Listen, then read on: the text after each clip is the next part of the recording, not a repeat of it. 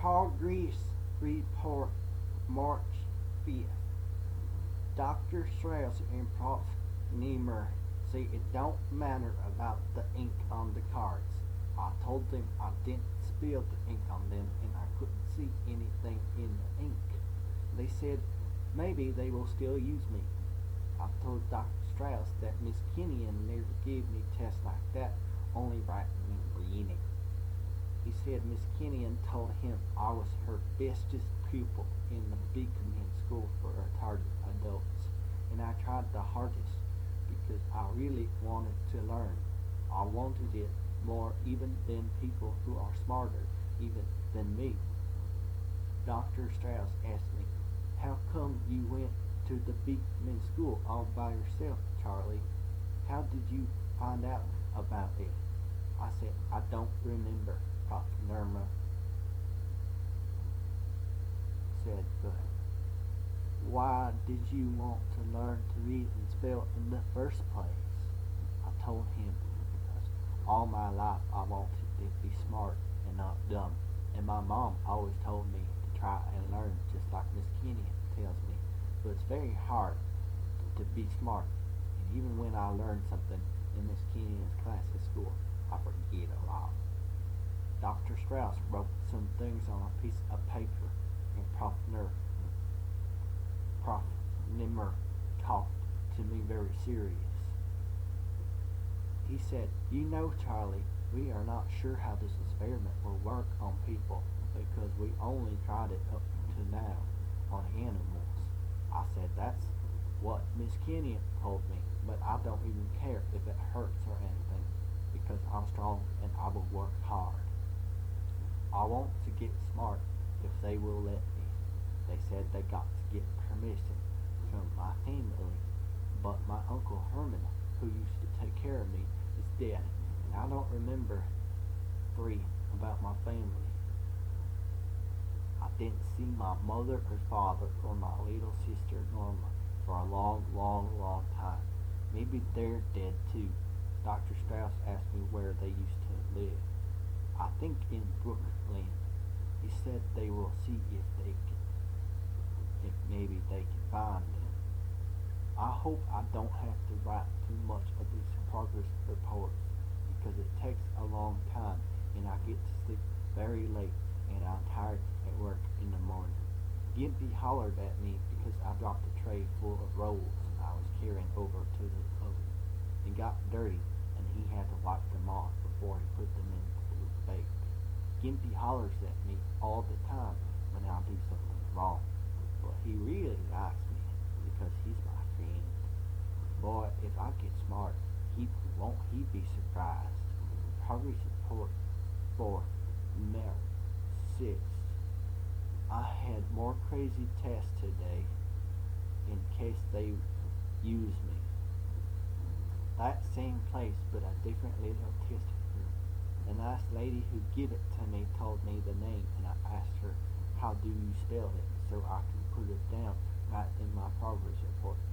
Thematic perception test. I don't know the first two words, but I know what test means. Got to pass it or you get bad marks. This test looked easy because I could see the pictures. Only this time, she didn't want me to tell what I saw in the pictures. That makes me up. I told her yesterday. Bert said I should tell what I saw in the ink. She said that don't make a difference because this test is something else.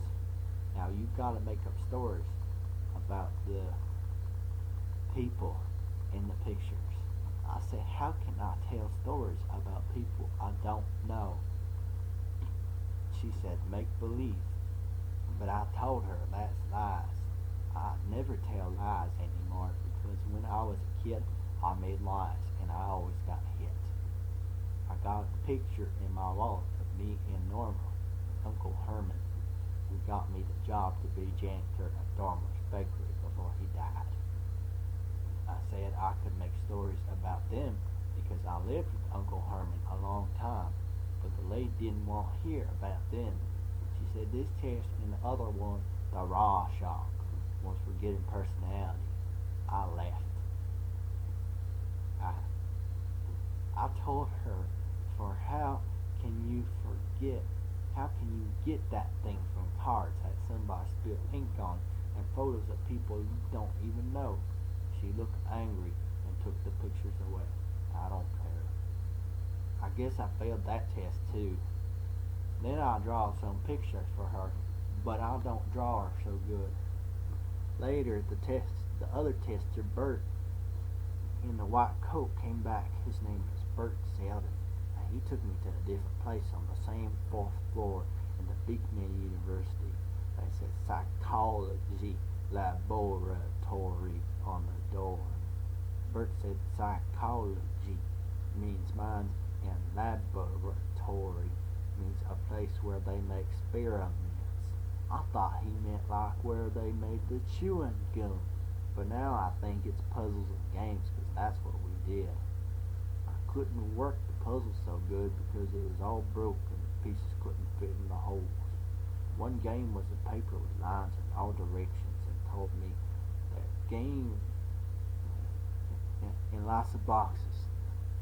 On one side it said start, and on the other end it said finish. He told me that game was amazed, and I should take the pencil and go from where it said start to where it said finish without crossing over any of the lines. I didn't understand the amazed, and we used up a lot of papers. Then Bert said, "Look, I'll show you something. Let's go to the experimental lab. Maybe you'll get the idea." We went up to the 5th floor to another room with lots of cages and animals. They had monkeys and some mouses. It had a funny smell like old garbage. And there was other people in white coats playing with the animals. I thought it was like a pet store, but there wasn't no customers. Bert took a white mouse out of the cage and showed him to me. Bert said, "That's Algernon, and he can do this amazed very good." I told him, "You show me how he does that." "Well, do you know, he put Algernon in a box, like a big table with a lot of twists and turns, like all kinds of walls, and a start and a finish like a paper had. Only there was a screen over the big table." And Bert took out his clock and lifted up a sliding door and said, "Let's go, Algernon." And the mouse sniffed 2 or 3 times and started to run. First he ran down one long row, and then when he saw he couldn't go no more, he came back where he started from, and he just stood there a minute, wiggling his whiskers. Then he went off in the other direction and started to run again. It was just like he was doing the same thing Bert wanted me to do with the lines on paper. I was laughing because I thought it was going to be a hard thing for a mouse to do. But then Algernon kept going all the way through that thing all the right ways till he came out where it said finish, and he made us squeak. Bert says that means he was happy because he did the thing right. "Boy," I said, "that's a smart mouse." Bert said, "Would you like to race against Algernon?" I said, "Sure," and he said he had a different kind of a maze made of wood with rolls scratched into it and an electric stick like a pencil, and he could pick up Algernon's maze to be the same like that one, so we could both be doing the same kind. He moved all the boards around on Algernon's table because they come apart, and he put them together in different ways. And then he put the screen back on top so Algernon wouldn't jump over any rows to get to the finish.